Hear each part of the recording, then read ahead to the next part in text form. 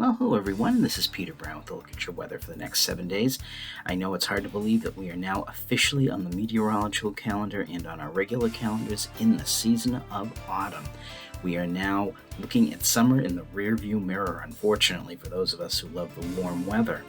But as we start out a period in our almanac on Friday, it looks like we're going to be seeing some really nice temperatures, way up in the 70s and near 80, which is almost 10 degrees above our average at this time of the year, which should only be in the upper 60s. And those nighttime lows are going to be much warmer than what we've been seeing in the Burlington area over the past few days. We've seen a lot of frost on a lot of cars and a lot of the pumpkins out there, so that's a sign that fall is definitely here to stay.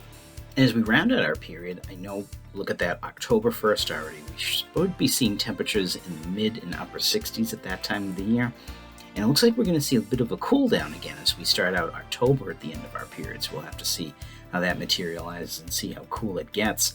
And as you notice, of course, the daylight now is actually shorter than the amount of nighttime we have by a minute as we start our period on Friday. So that is definitely a sign of the times. Now, as we go ahead, let's take a look at what the Climate Prediction Center is calling for us in terms of temperatures and precip over the next 7 days. Temperatures, really nothing surprising there. They're expecting for us here in the Burlington area and all of actually the eastern United States to see at or above average temperatures for the next 7 days or so.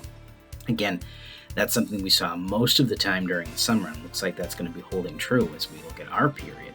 Now, as we go ahead and take a look at our precip chances, this is something that I'm a little bit skeptical of. I'm not sure where they're really seeing our chances of above average precipitation coming from. That may be dependent on what we call a cutoff low, perhaps forming over the Great Lakes, which is a low pressure center that gets cut off from the jet stream.